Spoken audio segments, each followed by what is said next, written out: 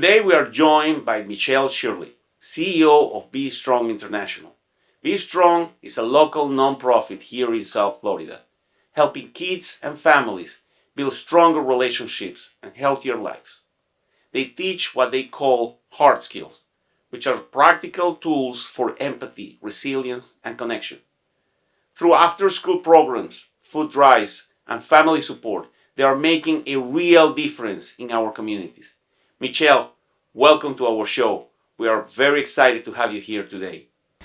I always consider my mission as a parent is to prepare my kids to where I'm not going to be around. So daddy's not around, he's not going to get this, he's not going to get that. And you kind of put your kids in that mentality that you need to be better than me and more. Yeah. But sometimes you also have to just have fun. Yeah. But that finding that balance, that's the difficult part. It is. Because we have so many external factors that are pushing us in different directions, right? Like if your kid is entering, it's so funny because you have a 14-year-old, I have a 14-year-old, so mine is just congratulations, right? I'm sorry for you. And we're gonna swap tissue in a minute, right? Because the hormones there are just different. But oh my God. I would say though that, they're in a time too where they're in another space where I have to tell my son, like, listen, 6th to 8th grade didn't even count. Now is where it counts. Yes. You got to get it together, bro. Like, yes. You got to figure this out. A boy or a girl? I have a boy. Okay, I have a girl. And I got to tell you something. I don't know why kids in middle school, and from middle school, they start middle school until they start entering high school, they're so mean, especially girl. They are so mean. Yeah. And my daughter, I miss when she was, Daddy, I love you. Kisses. And Daddy, I love you so much. Now, everything that I say, I don't know what I'm saying.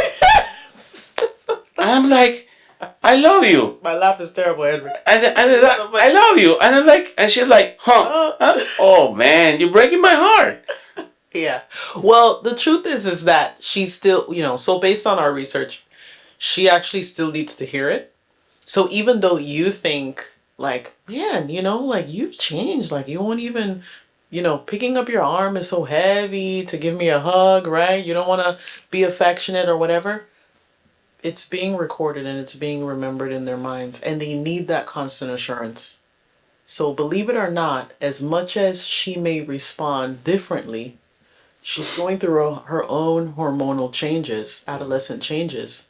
She needs that voice to keep saying that, because when she's in a situation, that's the recorder that's going to be playing. If you don't allow your kids to experience frustration, failure, if you give them which I hate a lot, is the participation award. Right. Oh, he's gonna be, because they're gonna be they're gonna feel bad, they're gonna cry, they gotta get tantrum. If you avoid them to feel that, they will never learn how to couple with the reality of life, which is how many times I failed to get here. Absolutely. So those are important coping skills. That's what they call it, right? Where kids need to know, how do I still practice resilience? How do I still push past how I feel and still perform, even though maybe my last, solo performance didn't go well, right? What are those underlining things that are going to push me there? And of course, parents are there to support with very encouraging words, having that conversation. How did you feel about that? What could you do better? Did you try your best, right? Because sometimes kids try their best and they may not get an A. That's okay, right? Did you try? Did you push? Are there areas where we could nudge you a little more? What kind of support do you need? Talking it through. We have sometimes too these extremes of what we expect kids to automatically do without any conversation. It's true. It's true. Right?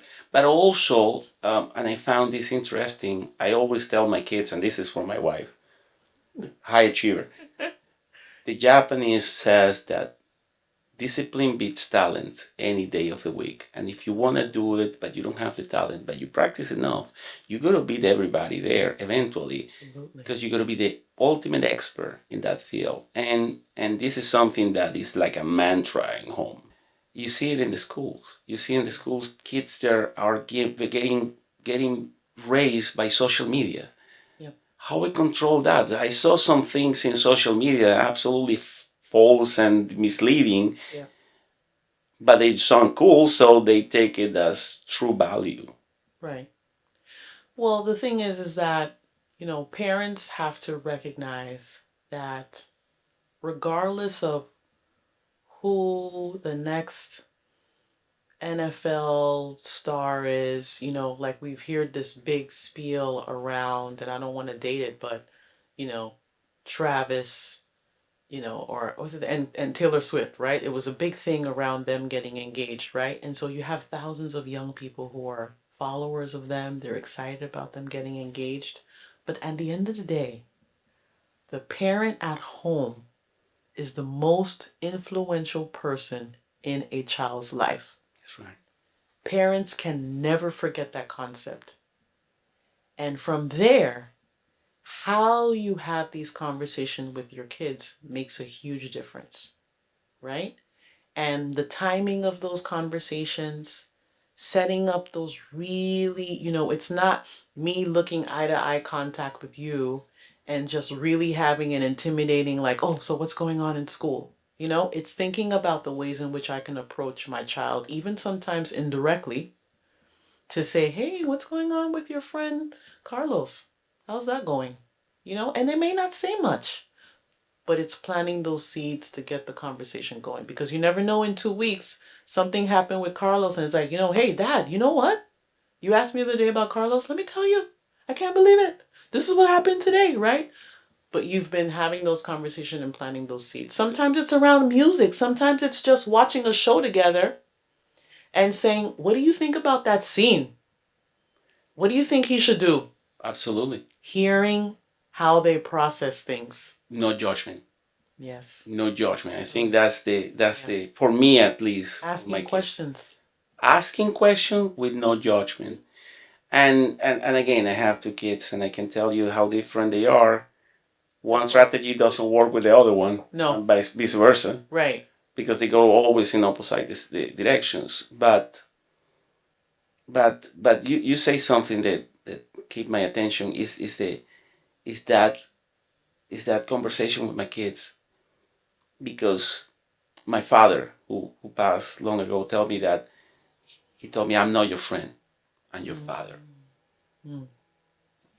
We have to remember that we parents, we're not friends. Yes, here without judgment, Right. but ultimately we have a responsibility that goes beyond being a friend. Yeah.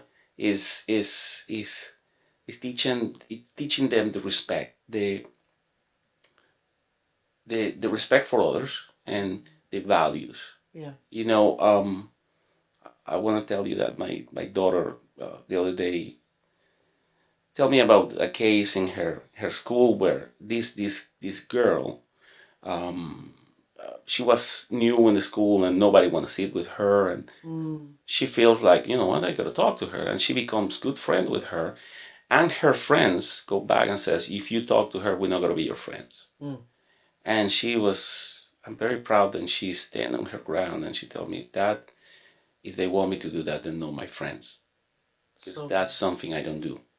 And she stepped by the values, and those are the values that I want to inculcate in my kids. Yeah. That you don't judge people for what they look, but you judge people for their character, who they really are. Yeah. You don't have to love everybody, but you do have to respect everybody. Yeah. So if parents expect that to be learned from in school, yeah, you're missing the boss. Yeah. Well, first of all, let me say you should be super proud. And those are moments, again, where if she's opening it up in that way, that's very beautiful, right? Because she is able to find a safe place in you to share, like, this is what's going on, but at the same time, I'm letting you know I'm not afraid of losing friends for doing the right thing, right? That's a great place to kind of begin to follow up on those conversations. But I tell you that We need more kids like that. You know, it's funny that you say that because my son, even the other day, his lunch account went down and it was in the negative, and I'm like, what's going on here? You know, we talked about balance where, you know, you pack some lunches some days and then you buy lunch. And he's like, no, well, you know, there was this kid that came, he was new to the school, I was helping him find a ways around, and he didn't have lunch that day, so I went negative because I ended up giving him just an opportunity to get some food. And I was like, Oh my God. okay then, what do I say here? Never mind, right?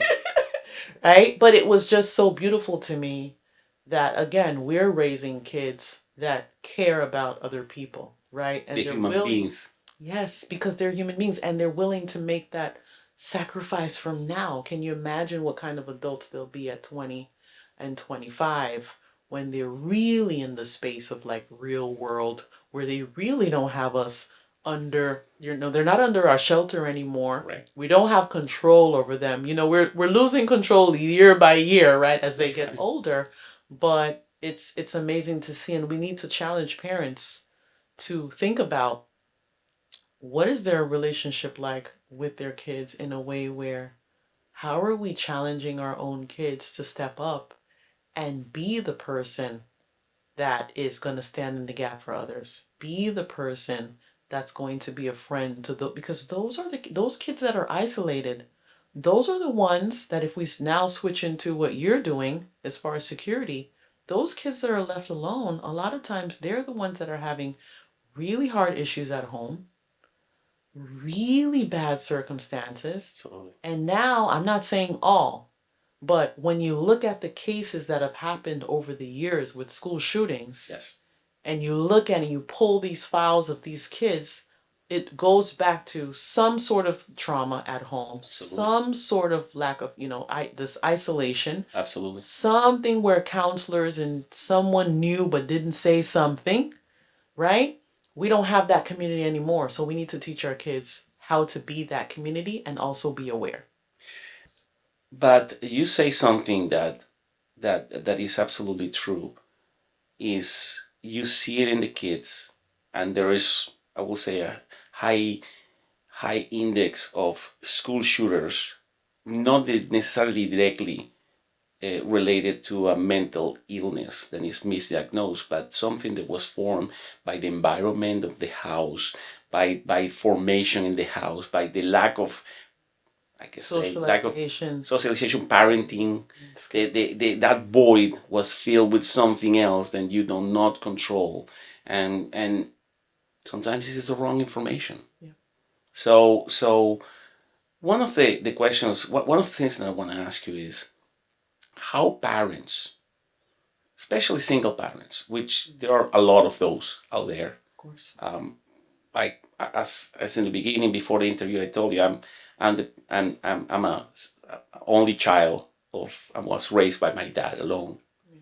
And my dad says something very philosophical all the time, that because I didn't know what a normal family was, if you can call that a normal family, because you cannot ask a blind man that has been blind all his life to describe your darkness, because I have never seen the light. Right. I realized what it was that when I have my own family, and I got 2 kids. Right. I see what siblings is all about. What do you think those tools, how they can approach those tools that you guys provide, how they can get in contact with you, more importantly, what you recommend them to do? Yeah, it's a good place to start. I mean, the family dynamics today is changing for so many reasons, right? I also grew up, I guess the latter part of my middle school and high school years with my mom, because my parents started off well together, but they ended up getting a divorce. And I can tell you that, first of all, I commend any single parent who's still in the fight and trying to raise their kids on their own, because it is definitely a challenge. But at the same time, I think the best single parents still do their best to be engaged. And no matter what the outside environment situations present, whether it's lack of resources, whether it's struggling here to put food on the table, somehow they are intentional about being as emotionally present as they can be to still instill values in their children. And I think that cannot be forgotten when we talk about single parenting roles. And I watched my mom do that very well. I mean, she was tired, she was drained, but she still at times said, "Hey, let's have a talk. I'm ordering pizza. Let's have a conversation about what's going on with you," right? And there were times where I was just like, "I don't want pizza and I don't want to talk to you." I'm 16, right? Or whatever, right? Same thing, some of the things you're going through as a teenager with teenagers. But I remembered who I could speak to when I needed it the most. And that's what parents have to remember. You know you You're can come back to planting a her. fork in the ground to say, "I am here. I love you. I also want you to know this these are the parameters for this house." That's very important for single parents to understand. I do think in today's day and age, there are so many nonprofits like mine that are really positioning themselves to come alongside kids and be coaches, mentors, support, systems that are around that I think in this current climate, it's I wouldn't say it's easier, but there are resources that can definitely help. I know for Be Strong, we actually have a program, more so in Dade County, but we work with those single parents and we go into the homes and we do behavioral modification plans and we work with the parents on how they can raise responsible children, resilient children, and we celebrate them. We celebrate those changes that they see in their kids along the way, as well. We help with rental assistance, we help with lights, we help with a lot of additional things to get parents on their feet, because sometimes it's just you lose a job. Sometimes it's just a delay in a paycheck because maybe you're working with a different type of employer. We try to help fill those gaps and then we give the resources. So I think Oh, there's a lot of things now that may not have been around, 30 years ago. Yeah. well, I can tell you that I'm an immigrant. So, as you can see in my accent. But when you're an immigrant as a family, you go through hoops Oh yeah. and I remember having this discussion with my wife. We were struggling financially long ago, and my daughter wasn't born yet, but my son heard that, and then one day he come back from school and give me $1. Like, David, where you get this dollar? Oh, I asked a friend for it. I talked to him and I told him what happened, and he gave me $1. So here you go, Dad. I want to help you. Oh God. But that what tells me is that, you see, we were in the right track in the sense that we want to give the values to our kids, to know it doesn't matter what happened, because I want to tell people, I want to tell the audience, I want to tell people who are going right now through struggling financial times, that that's part of life. That is not forever. That your reality of today is not going to be your reality a year from now. Yeah. That maybe in 10 years you could remember that and you could say, well, that was hard. Yeah. But I conquered it and I passed that, and there's always something. And the other thing I want to tell you is, tell it, what is more important for a parent, to go to the games of the kids or to spend that real connecting time, that small period of time, that whatever time it is, then you can give 100% undivided attention to those kids. What is more important? I can tell you that the most important thing is to ask the kids what they want, because every child is different. Some kids, at the end of the day, the way in which we spend quality time will look different for different children, right? So I have my son who is very loves his mama, right? And so he would love every Friday night, right after work, we sit down on the couch, we pick a movie, Yes. he snuggles under my arm. He would love that. Like, that is his dream, right? And sometimes I'm tired. I'm like, I just want to go to sleep, right? But with my daughter, it's like, no, no, no. I want you to come to my gymnastics practice. I want you to see me do my flips. I want you to see me do my tumbles. And I want when I'm done, you congratulate me and maybe we get ice cream, right? It can be different from different kids. So I think the most important thing is to ask them, like, how do you want mommy to support you? How do you want me to be there for you? What do you want us to do? What's the fun thing you want us to do? At the end of the day, it's all still connection and spending time, right? How successful you consider you guys are? I think there's always work to do. I'm not going to be prideful and say, like, oh, we're the best, right? I think there's always work to do. The parents teach us too, right? The parents teach us what it is that they want. Sometimes instead of us, giving them a turkey, right, for Thanksgiving Day, because maybe we'll go to, the corporations and say, hey, can you buy us turkeys? Can you buy us, all this stuff for Thanksgiving? We want to give it to our families. Parents say, you know what? Sometimes I would rather a gift card, right? A turkey Correct. might be too much because I'm only a family of three. It takes me 5 hours to cook this The turkey, turkey, then it's to gonna cost you prepare more money to something. make it. Right, right, exactly, right? So we learn from them as well because they're vocal about what their needs are. And then we make those adjustments as we also fundraise for those efforts. So, Dynamic integrated security is an organization is here to protect life. yeah. That's for me is a big deal. I always say, and I say it again, that insurance will pay for the vehicles, the building, the school, and everything else. There's no insurance in the world who can pay for a second of your life or the life of anybody. So we there because we do care about life. But if we can, what you are doing, and when I say it's God's work, is because you're like a guardian angel. I mean, you're right there where people need you the most. And my experience is I thanks God I didn't have to necessarily experience too much economical stress with Right. my dad, Yeah. but I see how he struggled with because there's no manual to how to be a dad. Right. There's Right. no manual how to Parent. do this Yeah. and be a parent and Yeah. do it right. That you have to be A, B, C, Yeah. and it's Yeah. the results are going to be always Right, right. right, So it is so important. Yeah. It is so important what you're doing. Yeah. I commend you for that. So Thank you. talk to me about a little bit about your organization. How many families you deal with a year? How people can help you? Because I know some of the people who see you are in a position and actually can donate and can. Yeah, yeah, Help. for sure.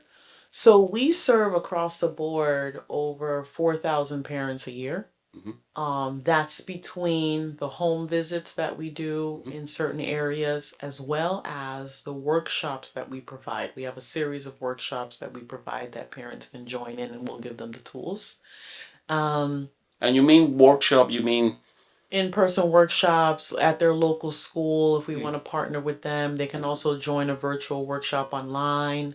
It just depends. When they go to their website, they can see and learn more and inquire. Um, we also serve youth. We serve, over 3,000 youth a year between Miami-Dade and Broward County, just going into the schools because we are a approved vendor with the schools. So we're there for about 2.5 to 3 weeks, and we're talking to the kids about everything from basically what we've coined as heart skills, right? So how do you engage the issues of your heart? How do you deal with friendships? How do you deal with being in a relationship? Because many kids already in relationship? they're already dating, right? They're Yeah. already dating, and parents may not be aware, right? So how do we keep them safe as far as like, you know, not being isolated, right? What are some relationship red flags that kids should know? I mean, we didn't get this, right? We had to learn through trial and error, right? A lot of trial and error, right? Break your heart a couple Right, times. exactly, right. And some people, I mean, it's divorce, it's so many other things because they didn't learn these skills from a young age. Their love language, how they process their feelings, when is the right time to be assertive? When should you be a little bit more aggressive, right? Especially if you're in a real tight situation and you need to let someone know, I'm not getting in that car.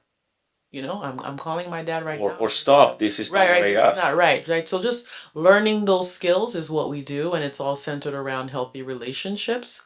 We even work with married couples. We have a lot of courses there that we support married couples on. So we're really helping strengthen the whole family. I think our best support is someone who's basically says, I have a lot of our support is from corporate entities and, small business owners that say, you know what, I want to give back. And these are the dollars that I could associate to giving back, right? And then those dollars go into programs that either they want to support or they say, you know what, you do your work well, you figure out what you want to do with Everything that it. you do is amazing. Right. Thank you so much.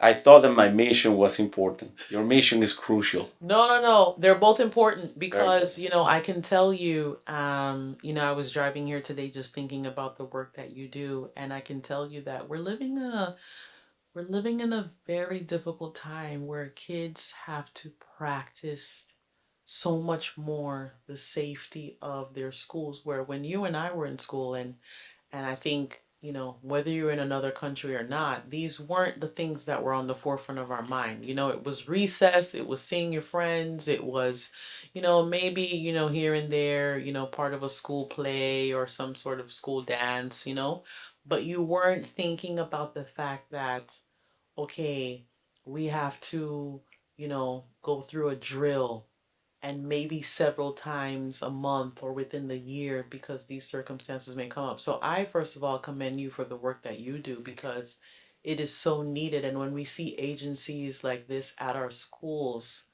there's just a little bit of comfort, you know? Um, we can never, I think, ever fully know what would ever happen, because there are things that are out of our control.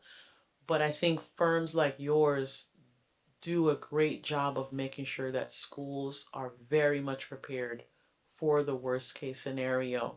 And no parent wants to drop, I mean, I dropped my kids to school today. Like, no parent wants to know that that day that I drop my kid to school is the day now I have to come back and stand outside and figure out where's my Where's the kid. reunification? Where is my son Yeah. okay? Is not okay? Yeah, no one. Absolutely. Yeah. So your Absolutely. work, I think, I always say every person and every gift that's been given from above is significant Absolutely. and it's purposeful. Not one is better than the other because both are essential to the success of our kids. Absolutely. And no, and thank you very much for that. But the preventive part that you are doing, because again, if we and keep saying over and over this, if we have strong families, we will decrease the amount of violence in the street, and not just in schools, Yeah. violence in the street. I do not support that pipeline between the school and jail that is so prevalent sometimes because these kids get in trouble and go straight to arrested and straight to jail. And statistically, that is literally a pipeline. These kids end in jail over and over and over again. Yeah. And I wanna wrap up all this by reminding everybody the definition of insanity, which is doing everything over and over again, the same thing, expect different results. We need to adapt to the new reality. We need to understand that um, society is transforming right now. We're going from an industrial society to a very much artificial intelligence society. I don't know how this is going to impact. I don't think anybody knows how this is going to go. And your organization, my organization, parents, family is crucial in this. Crucial. We need to be together in this, not separate. For sure. Any final remarks for our people? Wow, no, you left it on such a powerful point, and it's true. I don't think anybody knows because we don't know the future as much as we try to predict what we think it's going to be, right? At the end of the day, whether it's artificial intelligence, whether it's this influencer movement that kids really, really want to be a part of, because today you ask them, what do you want to be? And, 80% wants to be an influencer, right? At the end of the day, we still have to remember that our core foundation is always about how we connect with one another and how important it is for us to belong to our tribe, to our community. That's right. in so many words. So those things will never go untouched. I think we have to be more intentional as ever before about connecting and making sure that we have authentic, meaningful connections and interactions with people, as much as we can. So, and I think for parents, it's about just being transparent. I'll say, like I said, I have a 14-year-old. And one day I just said to him, I said, this is your first time being 14. And this is my first time raising a 14-year-old. Well said. We're learning together. So let's Well be said. patient with one another.